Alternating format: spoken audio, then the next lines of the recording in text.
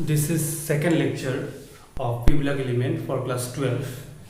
So in last lecture, details about p-block element was given, means which group are belong from p-block, and general electronic configuration was given, and group 15 element was started, and group 15 so nitrogen and phosphorus are pure non-metal, arsenic and antimony metalloid, and bismuth is metal. And we talked a little bit regarding source of nitrogen and phosphorus. Okay, here we have to discuss about general electronic configuration of group 15 element. In group 15 we have this element nitrogen, phosphorus, arsenic, antimony, and bismuth. So nitrogen atomic number 7, 1s2, 2s2, 2p3, and we can write 1s2 means configuration of helium, and this is outermost shell of nitrogen. And in case of phosphorus, the atomic number is 15, so 1s2, 2s2, 2p6, 3s2, 3p3. So this configuration is of neon. So right here neon, and this is outermost shell. So arsenic, argon, then this is outermost shell. Antimony, krypton, then this outermost shell. And bismuth a little bit different actually. Xenon, this outermost shell, but it is written here 4F14, 5D10. The reason is there. We have two terms. One is inert field effect and sliding effect. These two effects I will discuss in the last part of the chapter. But now, the reason behind metallic character of bismuth is pore sliding effect also. What is sliding effect I will explain later on. Then you will got the exact reason. Okay. So, and from this, and this, we can write this 2, 3, 4, 5, 6. This is value of n, principal quantum number. So ns2, this fixed, and np or 3. This is general electronic configuration of what? Group 15 element. And see, in group 13, the general electronic configuration would be ns2, np2, group 13. Okay, I am talking about group not 13, group 14. This is group 15. So group 15 means group 14 means carbon family. So carbon family, that is np2, and this is nitrogen family, ns2, np3, and this is 14. This is 15, and what about the 16? ns2, np4, any oxygen family. Group 16 means oxygen family. And see, here 4, here 3, here 2. So we know that when outermost electron in any orbital is fully filled or unfilled, that is most stable, and if it is half filled, then 80% approximately stable. And other cases means what? Regarding p orbital, other cases will be 1, 2, 4, 5. These other cases. So it is least stable.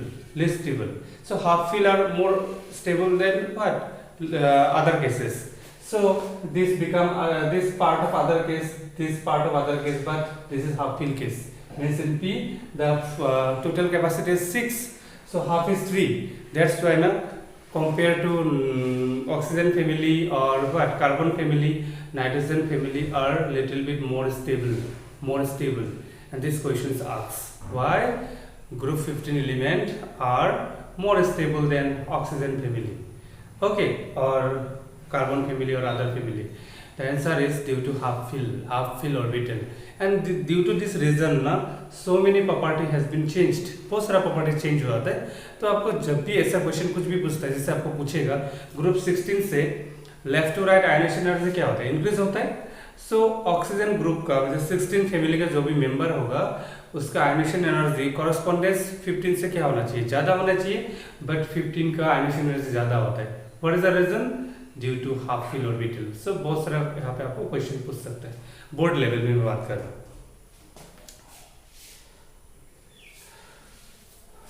So The next is ionization enthalpy or energy of group 15 element.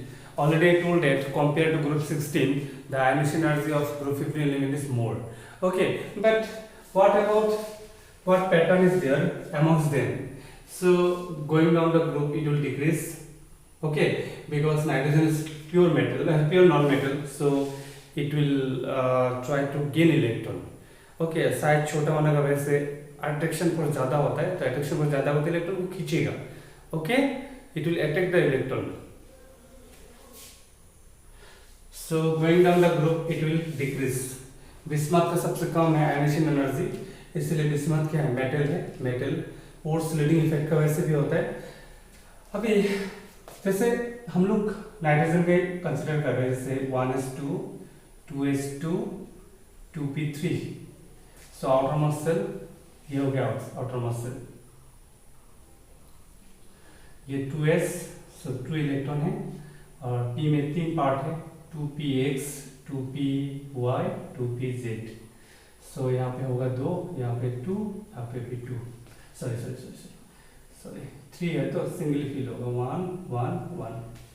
Okay, सो यहाँ से अगर हम एक electron निकालना difficult होगा, सभी निकाल दिया तो इसको फर्स्ट आयनाइजेशन एनर्जी बोलेंगे IE1. फिर दूसरा निकालेंगे तो होगा सेकेंड आयनाइजेशन एनर्जी IE2. तीसरा निकालेंगे तो थर्ड आयनाइजेशन एनर्जी होगा IE3. So third ionisation energy is more than second, more than first ionisation energy. Okay, क्योंकि आपका जैसे इलेक्ट्रॉन निकल जाएगा ना, जैसे मान लो कि आपका 3 इलेक्ट्रॉन को खींच रहा है न्यूक्लियस बांध के रख रहा है ना, सो एक निकालने से 2 को पकड़ के रख रहे हैं, तो अट्रैक्शन फोर्स क्या होगा, और ज़्यादा होगा. सेकेंड वाला निकालना और डिफिकल्ट होता है, तो फर्स्ट से सेकेंड आयनाइजेशन एनर्जी ज़्यादा है, तो पूछ सकता है why second ionisation energy is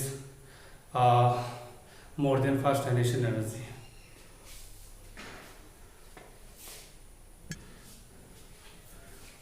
So next is boiling point. We are talking about group 15 element.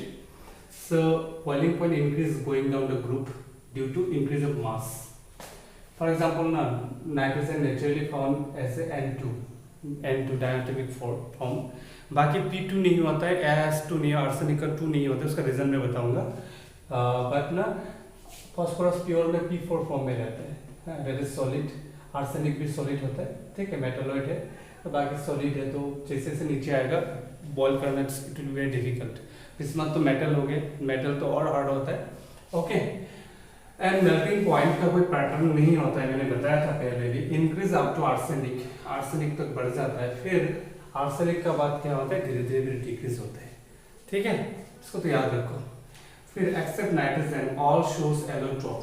Nitrogen को छोड़ के बाकी सब एलोट्रोप फॉर्म करते हैं. एक्चुअली नाइट्रोजन N2 फॉर्म में रहता है, इसलिए शायद एलोट्रोप फॉर्म नहीं करता है. ओके, सो अभी देखो, सपोज नाइट्रोजन N2 फॉर्म करता है, याद रखकर 11 का थोड़ा बहुत कॉन्सेप्ट आएगा. 2 नाइट्रोजन एटम मिलके N2 मॉलिक्यूल फॉर्म कर रहा है. सो 1s2 2s2 2p3 and this is okay, हम लोग सिर्फ आउटर मोस्ट सेल लिखते हैं. सो क्या होगा, 2s2 2px1 2py1 2pz1. याद है ना, ये सब बोलोगे तो बहुत प्रॉब्लम होगा, है ना. फिर इसका भी क्या होगा, 2s2 2px1 2py1 2pz1. सो मान लेते 2px में सिग्मा बॉन्ड होगी, बाकी 2py 2pz में क्या होगा, पाई बॉन्ड होगा, क्योंकि एक से ज़्यादा सिग्मा बॉन्ड फॉर्म नहीं कर सकते. ठीक है, P में तो याद है ना, px में अगर मैं 2 चीज दिखाता हूँ, px में अगर सिग्मा होगा तो py में क्या होगा, पाई. pz में भी क्या होगा, पाई बॉन्ड होगा. सो तो पाई बॉन्ड होगा तभी तो N2 फॉर्म होगा. मान लेते P2 from Y. So P and P, so PP में भी 2 पाई बॉन्ड फॉर्म होना पड़ेगा. 3px में सिग्मा हो जाएगा, 3py पाई, 3pz में पाई. लेकिन नाइट्रोजन छोटा है बोल के पाई बॉन्ड पॉसिबल है, बट फास्फोरस का साइज बड़ा है बोल के 2 पाई बॉन्ड पॉसिबल नहीं है. इसीलिए सिर्फ नाइट्रोजन डायटोमिक फॉर्म में रहता है, बाकी मेंबर डायटोमिक फॉर्म में नहीं रह सकता है। ये क्वेश्चन भी कभी कभी बोर्ड में पूछता है। N2 पॉसिबल है but P2 not possible, like that. समझ में आया ना एक्सप्लेनेशन?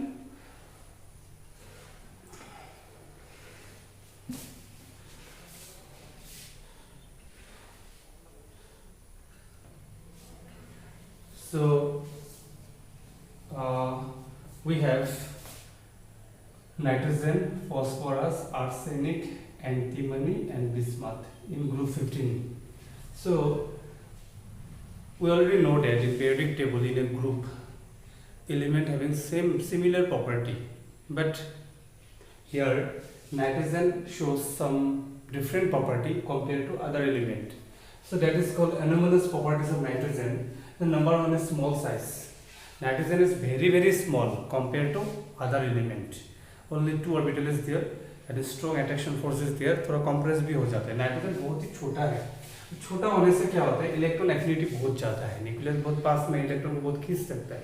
तो जो इलेक्ट्रॉन खींचता है ना, उसको हम लोग क्या बोलेंगे, इलेक्ट्रोनेगेटिविटी बहुत ज़्यादा है, हाईएस्ट इलेक्ट्रोनेगेटिविटी। जैसे मान लेते हैं कि नाइट्रोजन हाइड्रोजन में से बॉन्डिंग फॉर्म किया तो NH3 है, suppose NH3 ammonia. So nitrogen become what? Negative, this become positive, this become positive, this become positive. Negativity थोड़ा बताया था, याद होगा, ऐसे शेयरिंग हुआ है ना। मतलब तो शेयरिंग में जो 2 इलेक्ट्रॉन थे, दोनों इलेक्ट्रॉन का ओनर नाइट्रोजन भी है, हाइड्रोजन भी है। बट क्या होता है, नाइट्रोजन ज्यादा स्ट्रॉन्ग है बोल के, मतलब खींचने में एक्सपर्ट है, इलेक्ट्रॉन एफिनिटी ज्यादा है, तो 2 इलेक्ट्रॉन खींच के अपना पास लेके जाता है। तो this become negative and this become positive, तो इसी को बोलते हैं नेगेटिविटी। तो नेगेटिविटी बहुत ज्यादा है नाइट्रोजन के केस में। सिमिलरली फॉस्फोरस भी PS3 बनता है, फॉर्म होता है, बट यहाँ पे नेगेटिविटी है लेकिन बहुत कम है। सो नेगेटिविटी होने से क्या होता है, एमोनिया मॉलिक्यूल के बेस में आपका हाइड्रोजन बॉन्ड फॉर्म करता है। तो हाइड्रोजन बॉन्ड फॉर्म करता है तो वो क्या होगा, लिक्विड होगा। सो NH3 लिक्विड है बट PS3 क्या है, गैस।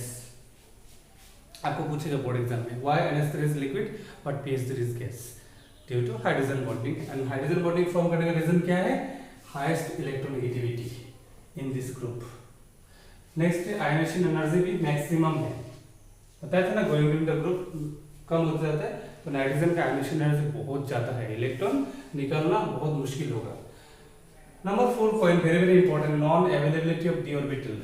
नाइट्रोजन में डी ऑर्बिटल नहीं है, बाकी ना जैसे नाइट्रोजन का कन्फिग्रेशन क्या था, 1s2 2s2 2p3, 2d होता नहीं है, 2d एग्जिस्ट नहीं करते, बट 3d होता है। फॉस्फोरस में डी ऑर्बिटल है, तो डी ऑर्बिटल नहीं होने की वजह से ना 5 ऑक्सीडेशन नंबर शो करना बहुत मुश्किल है, नहीं होता है जनरली।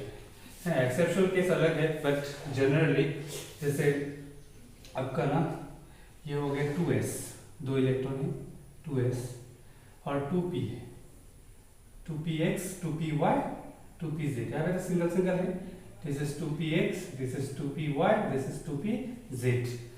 सो अगर हम लोग 5 ऑक्सीडेशन नंबर शो करना होगा तो यहाँ से इलेक्ट्रॉन जाम करा के यहाँ पे रखना है, बट हियर ऑर्बिटल नहीं है, डी ऑर्बिटल नहीं है, कोई भी ऑर्बिटल नहीं है।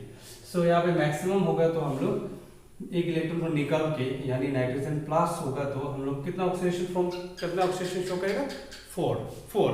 जैसे NH3 कितना ऑक्सीडेशन नंबर है, 3, नाइट्रोजन 3 बॉन्डिंग फॉर्म किया हाइड्रोजन के साथ। बट अगर ऐसा है, इसे सुना होगा, एसिड में पढ़ाया था मैंने, NH4+, इसका मतलब नाइट्रोजन का पास कितना खाली है, 4 खाली है, सिर्फ 4 हाइड्रोजन को रख सकता है।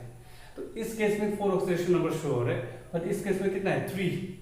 तो डी ऑर्बिटल नहीं होने की वजह से 5 ऑक्सीडेशन नंबर शो करना बहुत मुश्किल है। बट फॉस्फोरस में क्या है, फॉस्फोरस पे आपका लास्ट में 3s1 करके 3px1 3py1 3pz1, जिसका ना 11 क्लास के सब कॉन्सेप्ट क्लियर है, वो बहुत अच्छे से समझ में आ जाएगा। लास्ट में क्या होगा, 3dx1। सो कितना बॉन्डिंग फॉर्म कर रहे हैं, 5, 1 2 3 4 5। सो यहाँ पे और एक क्वेश्चन बनता है, NCl5 नहीं होता है बट PCl5 होता है, क्यों? क्योंकि phosphorus can show 5 oxidation number but nitrogen cannot नॉट शो 5 ऑक्सीडेशन नंबर। ओके, सो इसका रीजन क्या है, नाइट्रोजन में डी ऑर्बिटल नहीं है, बाकी लोगों के पास है। 5 number ability to form p pi bond, already मैं बता चुका हूँ। pi1 फ्रॉम पॉसिबल है, क्योंकि नाइट्रोजन का साइज क्या है, छोटा है, इसलिए n2 पॉसिबल है बट p2 पॉसिबल नहीं है। Okay, these are the anomalous property of nitrogen. Okay, next में हम लोग स्टार्ट करेंगे chemical properties of what, P बोलो एलिमेंट, जहाँ पे ऑक्सीडेशन नंबर बहुत इंपॉर्टेंट रोल प्ले करेगा। कौन सा कंपाउंड फॉर्म होगा, कौन सा नहीं होगा, you will get the idea from that. मैं फिर से बताता हूँ, लॉजिक है, काफ़ी जगह में लॉजिक है, बट कुछ कुछ चीज़ आपको याद भी कर रखना पड़ेगा। तो अच्छे से नोट्स बनाओ। ओके, मैं जो भी बता रहा हूँ उसका ऊपर नोट्स बनाओ। मैं कोशिश करूँगा बोर्ड का 100% कवर करने के लिए, और एंट्रेंस का और एटलीस्ट 60% कवर करने के लिए। बाकी तो इतना पॉसिबल नहीं होगा, उसके लिए आपको एक और स्टेप आगे जाना पड़ेगा। 70% भी अगर कवर हो जाता है एंट्रेंस के लिए बहुत है। आपको 50% अगर एंट्रेंस में 40% मार्क्स आ जाते तो अच्छा रहना चाहिए। Okay, fine.